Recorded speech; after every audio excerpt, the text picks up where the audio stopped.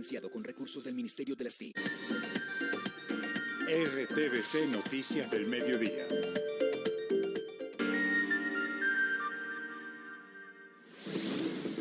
Alerta en el Caribe colombiano por el avance del ciclón tropical Tu. Hasta el momento no hay afectaciones por los fuertes vientos. En alerta máxima continúa la isla de San Andrés por paso del huracán Bonnie, y aunque las autoridades afirman que se trataría solo de una tormenta, las medidas siguen firmes.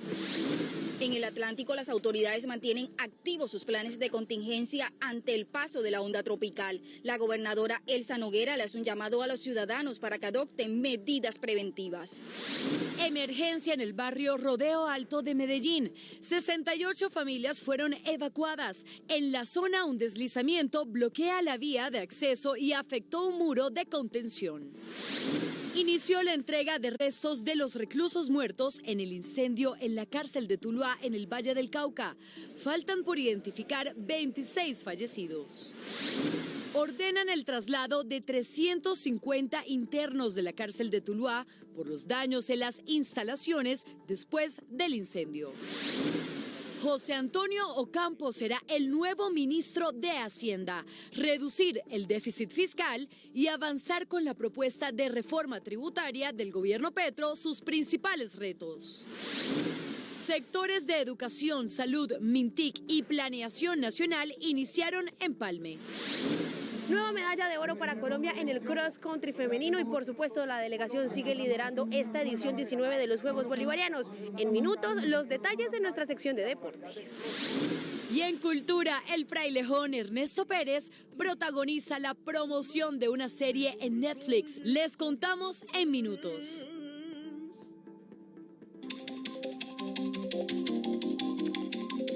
Buenas tardes, bienvenidos a RTVC Noticias del Mediodía. Las autoridades siguen en alerta por la tormenta tropical Tu que avanza por el Caribe, con posibilidad de tocar suelo colombiano. Hay restricciones para los turistas y las embarcaciones.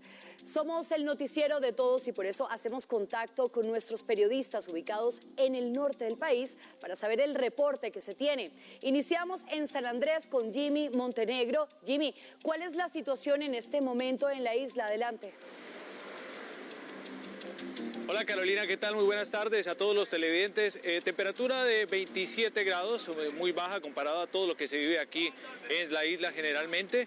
Se ha sentido algo de viento, un poco de lluvia, dicen los habitantes de la isla que durante toda la semana ha llovido poco, no en forma de tormenta para alarmarse, pero sí ha llovido más de lo normal. Esta mañana hubo un reporte hacia las 11 de la mañana. El gobernador y el director de gestión de riesgo han dado un parte de tranquilidad, podemos decirlo, porque la alerta, aunque está máxima, ha bajado también el riesgo porque no vendría con la misma fuerza la tormenta que viene y se convertiría en huracán, el huracán Bonnie, aquí en la isla de San Andrés. Vamos a pedirle a nuestro camarógrafo Fernando Sánchez que por favor nos muestre las nubes que están un poco oscuras, pero el panorama es normal aquí en la isla. Las actividades de los turistas sobre todo pues no han cambiado mucho, sí hay cierta prevención, pero se sigue manteniendo la normalidad. Esto han dicho las autoridades esta mañana, que sobre todo se tiene que mantener la prevención, tener en cuenta que hay 6 resguardos y recordar mucho lo que ocurrió en noviembre de 2020 con el huracán Iota. También hay cierta prevención porque aunque ocurría lo mismo hacia noviembre de ese año, pues ocurrió lo que ocurrió, la destrucción prácticamente de Providencia y la devastación de buena parte de San Andrés. Veamos lo que dijeron las autoridades. San Andrés se mantiene en alerta, pero no al máximo nivel como hace unas horas. Bueno, primero darle la honra y la gloria a Dios por eso. La preocupación de todas las autoridades estaba pues en su máxima alerta. Al parecer la tormenta desde las costas venezolanas no llegará como un huracán a la isla. Nos va a alcanzar posiblemente como tormenta tropical, ya no como huracán. Sin embargo, los esfuerzos van a continuar siendo los mismos, preparándonos para lo peor. Las medidas ahora dependen del paso de las horas. Hoy no va a haber restricciones a los cayos, pero a partir de mañana sí va a haber una prohibición hasta que el fenómeno pase ya, digamos, de nuestra jurisdicción. En un constante monitoreo se mantienen las islas y los cayos para evitar lo sucedido en noviembre de 2020, cuando cruzó Iota por este territorio. La afluencia de turistas sigue siendo casi que máxima aquí en San Andrés. La llegada de turistas también al aeropuerto es considerable. Parece temporada alta, bueno, estamos en temporada alta, en plena mitad de año. Hemos visto mucho turista a pesar de las advertencias, pues ellos dicen que todo lo ve muy tranquilo y la normalidad reina en la isla, no solamente para los turistas, sino para las personas que viven del turismo. No, pues tranquilos, hermano, hay que disfrutarse mientras podamos y mañana guardaditos en el hotel. Pues sí, muy miedosa, pero pues uno vino a lograr las vacaciones, entonces hay que disfrutarlo, mientras Dios quiera que no pase nada grave. Y en La Guajira prohibieron el uso de las playas y no permiten que zarpen embarcaciones. Más detalles con Emelda Hubert, periodista de la Radio Nacional de Colombia. Muy buenas tardes, compañeros. En el departamento de La Guajira ya se comenzaron a sentir desde las horas de la madrugada los efectos de esta onda tropical que hace su tránsito por el Caribe. Hay alerta máxima en municipios costeros como Dibuya, Riohacha, Manaure y Uribia, donde ya se han registrado algunas precipitaciones. En el caso de Manaure hubo ráfagas de vientos que por el momento solo dejan daños materiales. Esas fuertes brisas ocasionaron el derrumbe de algunas edificaciones de la comunidad, como el caso de las paredes que tenemos nosotros acá en el Centro Educativo Rural San Lorenzo de Chiruria, donde albergan a 1.010 estudiantes, en la cual toda la paredilla del frente del centro se vino abajo por la fuerte brisa. Con la presencia de la directora nacional del IDEAN, las autoridades mantienen instalado el punto de mando unificado desde donde están monitoreando todo el comportamiento de esta onda tropical. Además, La Guajira fue declarada la alerta amarilla hospitalaria para atender cualquier emergencia que se pueda registrar. RTVC Noticias y Radio Nacional de Colombia conectados 24/7. Y ahora vamos al Atlántico. Las autoridades montaron planes de contingencia en los municipios costeros. La gobernadora Elsa Noguera pidió asegurar las estructuras para evitar daños que causen fuertes vientos. El Cibeleño, buenas tardes. Adelante usted con más información.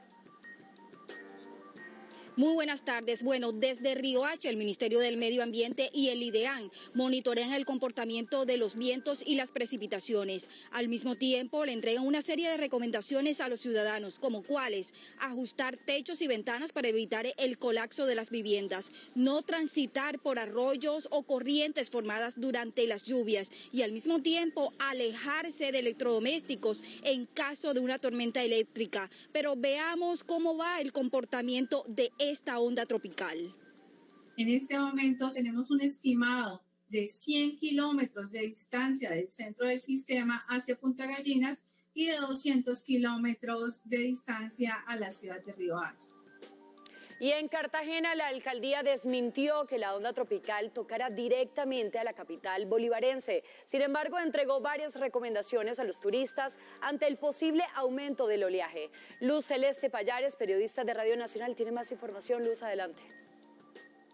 Buenas tardes. En Bolívar, las autoridades tomaron medidas preventivas para afrontar la onda tropical en el Caribe, entre esas la de declarar la alerta roja en los municipios ribereños y del norte de Bolívar ante las fuertes precipitaciones que se han venido registrando y el riesgo de desbordamiento en los afluentes de la zona, como por ejemplo en el Canal del Dique, donde municipios como San Estanislao, Maates y San Cristóbal tienen riesgo de inundación en las comunidades ahí aledañas, y también en el río Magdalena, donde varias comunidades también se encuentran en riesgo de inundaciones. En Cartagena se levantó la restricción del zarpe de embarcaciones y se estableció la bandera amarilla. Se espera precipitaciones en Cartagena en horas de la tarde. El Cuerpo de Salvavidas de Cartagena activó su sistema de seguridad con 43 hombres para vigilar los 13 kilómetros de playa en Cartagena y zona insular. De acuerdo con la Oficina de Gestión del Riesgo, en Bolívar hay más de 3.000 familias afectadas por el invierno en 25 municipios. Radio Nacional de Colombia y RTVC Noticias conectados 24/7.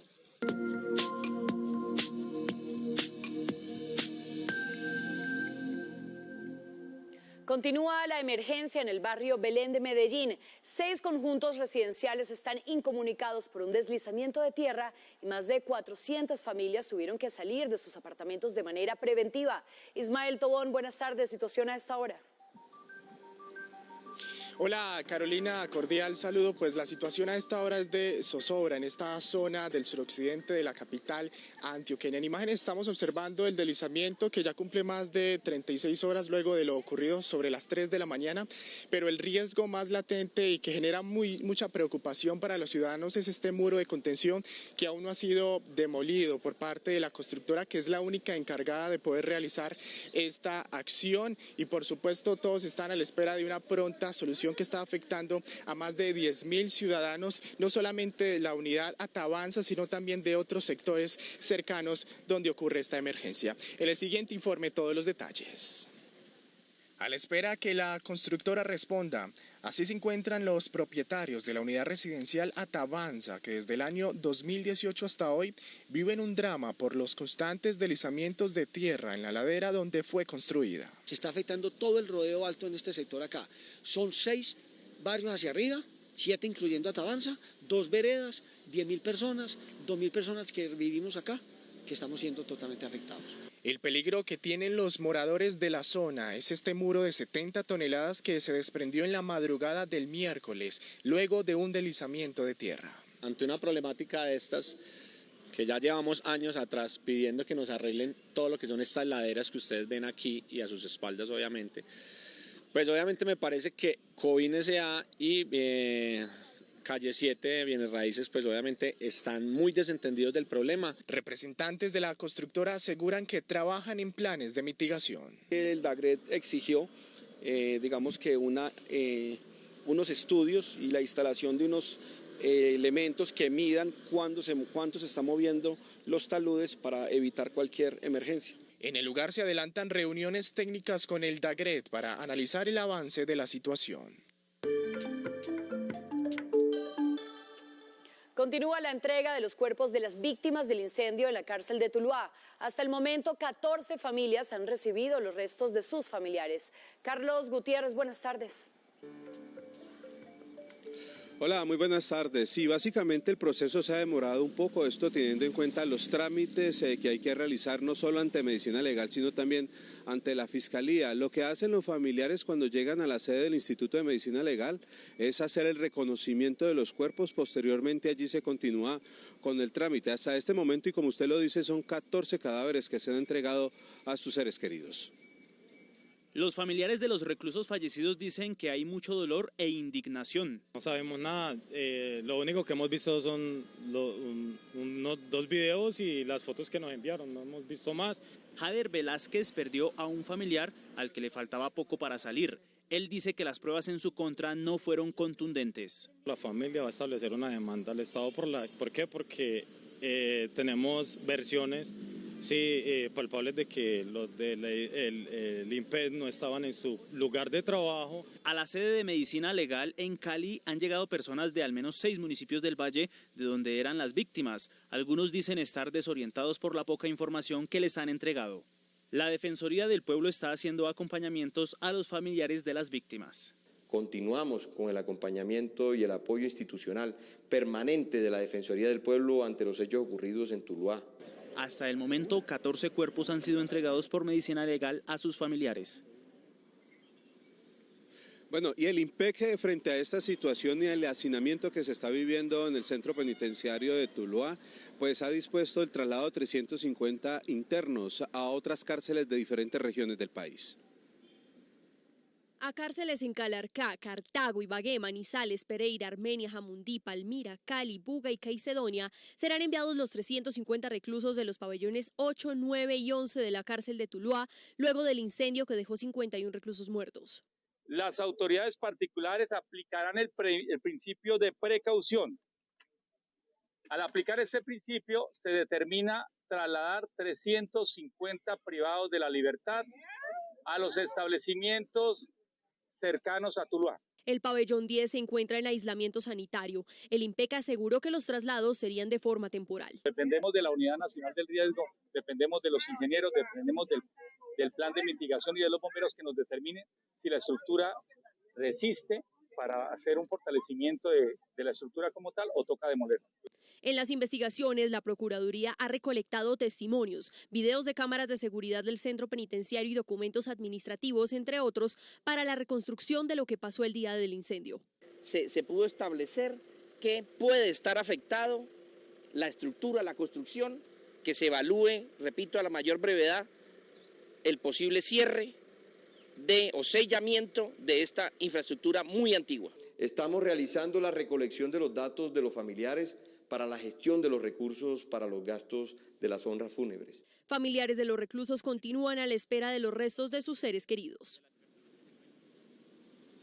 Bueno, y finalmente, y entre tanto, el alcalde de Cali, Jorge Iván Ospina, le ha solicitado al gobierno nacional decretar la crisis carcelaria, esto debido al hacinamiento que se vive en el centro penitenciario de la capital del Valle del Cauca. También el comandante de la Policía Metropolitana de Cali aseguró que hay algunas estaciones de policía que también presentan hacinamiento, un gran número de personas que han sido detenidas en diferentes operativos y que es necesario y urgente trasladarlas a otras instalaciones policiales. Información a esta hora de la tarde en el sur de Cali. Carlos Gutiérrez, RTVC Noticias Conectados 24/7. Conectados 24/7, muchas gracias, Carlos. Y comenzamos nuestra sección económica con el anuncio del ministro de Hacienda que acompañaría al presidente electo desde el 7 de agosto. Laura Rojas, buenas tardes. ¿De quién se trata?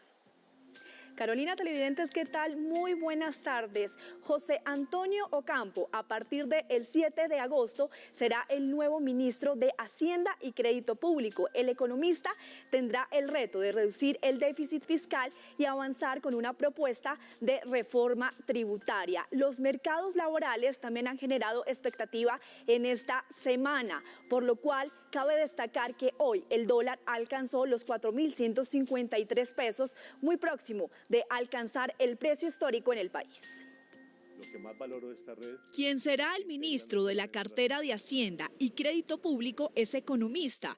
Fue ministro de Agricultura, director de Planeación Nacional y codirector del Banco de la República. José Antonio Ocampo será nuestro ministro de Hacienda. Construir una economía productiva y una economía para la vida. Las reacciones frente al nombramiento fueron positivas. Mis mejores deseos y reconocimiento al nuevo Minhacienda. En el sector tendrá un equipo técnico y comprometido con el crecimiento y la sostenibilidad fiscal y social de Colombia.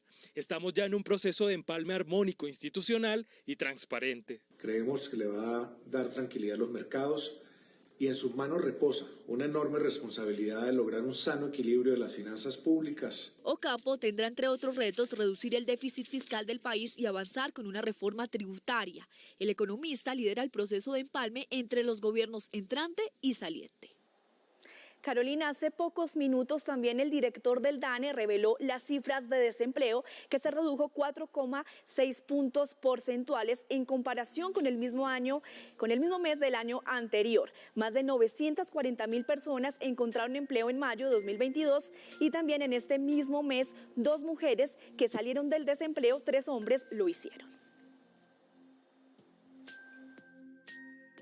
Aproximadamente 2.644.000 personas en situación de desempleo, lo cual corresponde a una reducción de 940.000 personas en situación de desempleo. Y continúan las reuniones de empalme entre el gobierno saliente y entrante. Esta mañana inició la del Ministerio de Educación. Luisa Barberi, ¿cuáles son los detalles de este encuentro? Buenas tardes.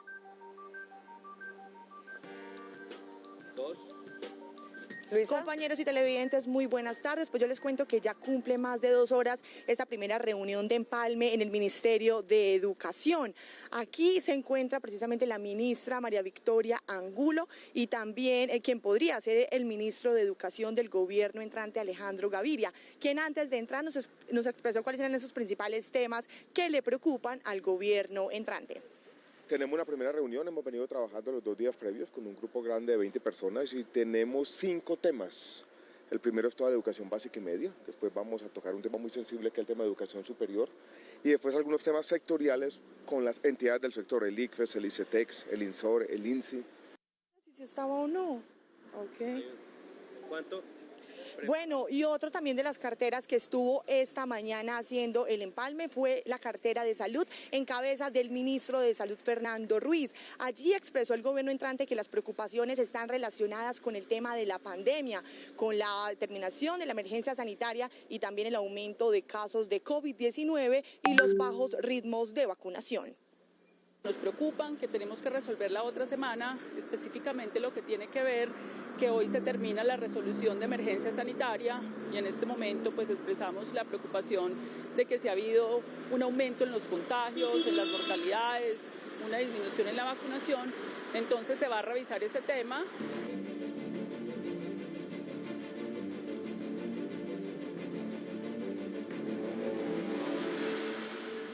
Y los 3 días del paso de los líderes de la OTAN por Madrid, España, culminaron con acuerdos en los que la alianza trazó la hoja de ruta para la próxima década y dejó en firme el apoyo que proveerá a Ucrania, que incluye el envío de más de 800 millones de dólares en armas por parte de Estados Unidos. Julia Riera desde Madrid nos amplía. Putin debe acabar esta guerra y retirar sus fuerzas inmediatamente. Este fue el contundente mensaje del secretario general de la OTAN, Jens Stoltenberg, durante la segunda y última jornada de la cumbre celebrada en Madrid. Stoltenberg también adelantó que Finlandia y Suecia, países que quieren sumarse a la alianza, firmarán el próximo martes el protocolo para acceder a la organización. Por otro lado, el presidente estadounidense Joe Biden calificó la cumbre como histórica y afirmó que el artículo 5 de la alianza, a través del cual un ataque armado contra un país miembro representaría un ataque contra todos, se trata de un compromiso sagrado. Biden también añadió que los aliados defenderán cada centímetro del territorio y culpó a Rusia por la crisis de los alimentos y por la inflación. Por otra parte, en estos días de cumbre, los países también presentaron la nueva hoja de ruta que van a seguir durante los próximos 10 años. Y precisamente en ese documento se describe a Rusia como el desafío más importante y directo de la alianza. Por otro lado, la OTAN también tiene la mira puesta en China, país del que dice que sus ambiciones declaradas y políticas coercitivas desafían los intereses, la seguridad y los valores de la alianza. Por su parte, Pekín ha afirmado que se opone a este nuevo concepto estratégico, al que califica como sesgado ideológicamente y propio de la Guerra Fría.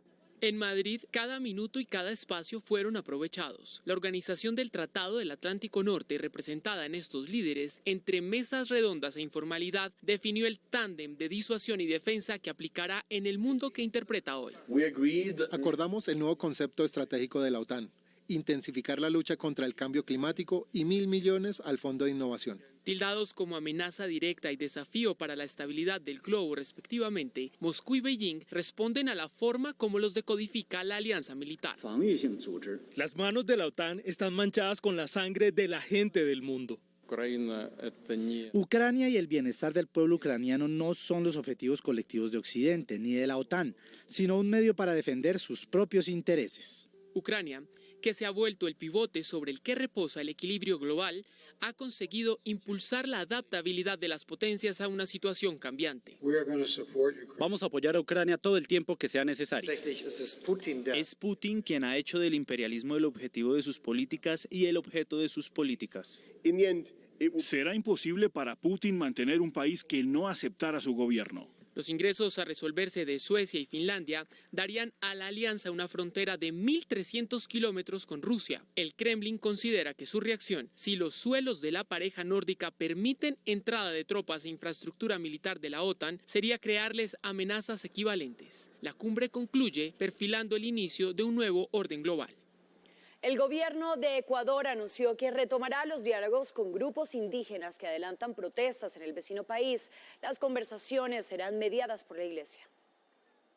Este es más o menos el panorama al asomarse por una ventana en alguna de las ciudades principales en Ecuador. La presencia indígena uniforme y copiosa avanza de esta forma en su reclamo por una mirada y acciones de gobierno sobre la economía del país, pero también porque sus líderes y el Ejecutivo Lasso restablezcan el puente de diálogo. Eco que al parecer surtió efecto con la voluntad de hacerlo, pero que sea mediada por la Iglesia Católica. Exhortamos a todas las partes en conflicto que en función de la aceptación que ahora ha dado el gobierno a esta mediación, no se produzcan más brotes ni actos de violencia, ni durante la noche, ni durante las tempranas horas de la mañana, porque eso podría eventualmente también complicar que este proceso de mediación avance. Y cuando el gobierno ordenó un nuevo estado de excepción en 4 de las 24 provincias del país por actos violentos en las andinas Azuay e Imbabura y las amazónicas Sucumbíos y Orellana, la fuerza indígena hace un llamado. Así que quiero invitar a todas nuestras hermanas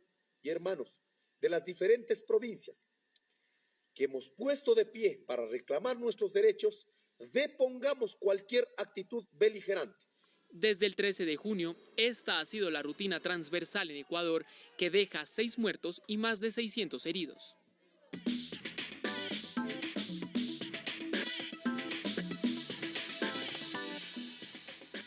12:25, hablemos de deportes. Hoy se vive el día número 7 de los Juegos Bolivarianos y Colombia inició la jornada con varias medallas de oro. ¿Qué les parece si nos vamos a ver a Paula Fresneda desde Valledupar para que sea ella quien nos cuente todo lo que ha transcurrido en este jueves de las justas en la capital del vallenato? Paula, hola, muy buenas tardes. Hola Sabina, muy buenas tardes para usted y para todos los televidentes de RTVC Noticias. Nosotros los saludamos desde el Cerro Santo Exeomo, donde acaba de concluir la prueba del cross country o MTB o ciclomontañismo también para Colombia. Lastimosamente hemos perdido el oro en la última vuelta. Ha ganado Chile la medalla de oro, Colombia hace puesto 2 y 3, es decir, plata y bronce con Duván Peña y Fabio Castañeda. Pero más temprano en la mañana, María Alejandra Salamanca se ha coronado campeona del cross country femenino, oro, un oro inesperado contra todo pronóstico, porque claro, se había pensado que Colombia podía estar en el podio, pero no que iba a conseguir esta medalla de oro. Vamos a escuchar a María José y las palabras, porque fue muy emocionante, hubo llanto aquí en la línea de meta luego de ese tan anhelado oro que ha conseguido entonces la delegación colombiana en esta disciplina. Confío en mí y en mis capacidades, tenía la ilusión de poder ganar y poder lograrlo, pero pues soy la más chiquita de la categoría, entonces sabía que iba a ser muy fuerte, que iba a ser muy competido, pero bueno, se vale soñar y siempre mantuve la fe intacta para poder lograr esta medalla de oro para Colombia.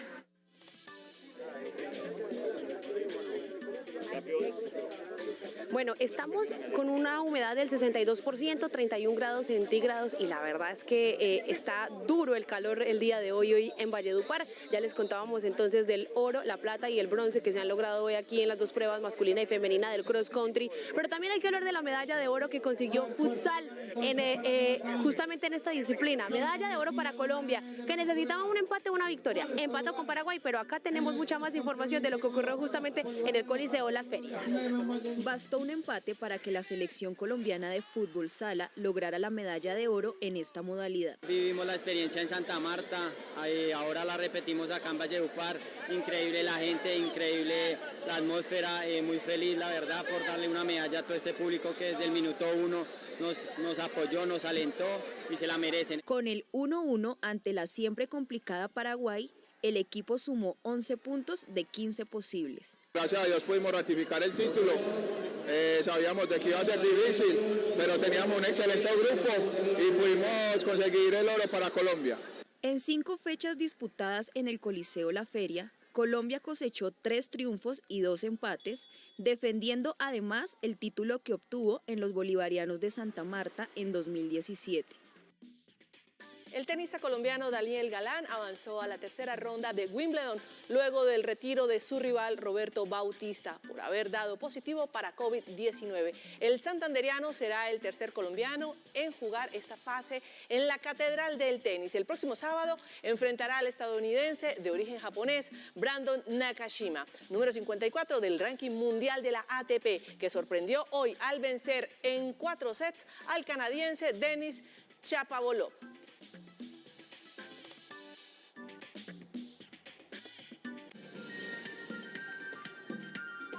Y cambiamos de tema. A través de la literatura, importantes escritores han planteado realidades que viven muchas personas que hacen parte de la población LGBTIQ+. Al diablo con la maldita primavera es una obra que plantea la difícil realidad de los que se transvisten. Si el teatro y la música retratan historias de la comunidad LGBTIQ+, la literatura no es la excepción, y es que por estos días se conmemoran 25 años de la obra literaria Al diablo con la maldita primavera del escritor vallenato Alonso Sánchez Baute. Una obra que narra sin descartar detalles la vida de un joven que sale de su natal Barranquilla a perseguir sus sueños a la capital del país. Este personaje se viene a Bogotá buscando convertirse en la drag queen más famosa del país. Toca básicamente 3 puntos importantes en la condición humana. 1, la búsqueda del amor. 2, la aceptación de la identidad, en este caso la identidad sexual. Y 3, la soledad. La pieza narrativa también describe de manera coloquial y desparpajada el mundo gay de la Bogotá de los años 90.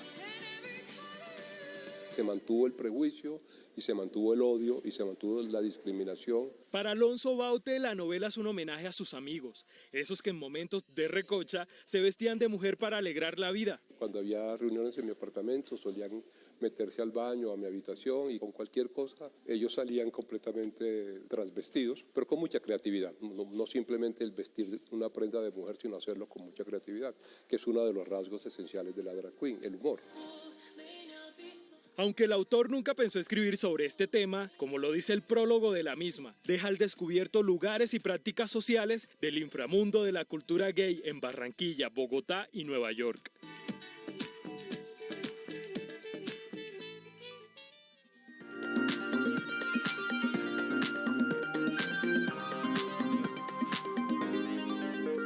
Hoy se conmemoró en la Casa de Nariño el Día del Servidor Público. Silvana Orlandelli, directora de Profe en tu Casa, fue galardonada por llevar a través de la televisión y las plataformas digitales educación a los niños en medio de la pandemia. Con este reconocimiento los dejamos. Tu canal Señal Colombia de RTVC por su programa Profe en tu Casa. En el Día Nacional del Servidor Público, RTVC tuvo un reconocimiento por la creación del programa Profe en tu Casa. Silvana Orlandelli, autora del espacio televisivo, recibió de manos del presidente Iván Duque el galardón en la categoría Pandemia y Pospandemia. Uno no se alcanza a imaginar la dimensión que tiene un premio como este. No es por patentar, digamos, como el trabajo que uno hace todos los días y el amor y la entrega que uno tiene por su oficio, y de entender que la televisión pública tiene que llegar mucho más allá de la pantalla de televisión. En su intervención, el jefe del Estado resaltó el programa que se emite en Señal Colombia, en Canal Institucional y RTVC Play. Servidores que, lo vimos en el caso de RTVC, teníamos que llegarle a los hogares con la educación para los niños. Fuimos de los pocos países que nunca cerró el servicio educativo, que lo mantuvo en la virtualidad, y si no teníamos la virtualidad apelamos al Profe en Casa, proyecto hermoso. Y es que Profe en tu Casa ha tenido varios reconocimientos, entre ellos el de la Organización para la Cooperación y el Desarrollo Económico OCDE. RTVC Noticias del Mediodía.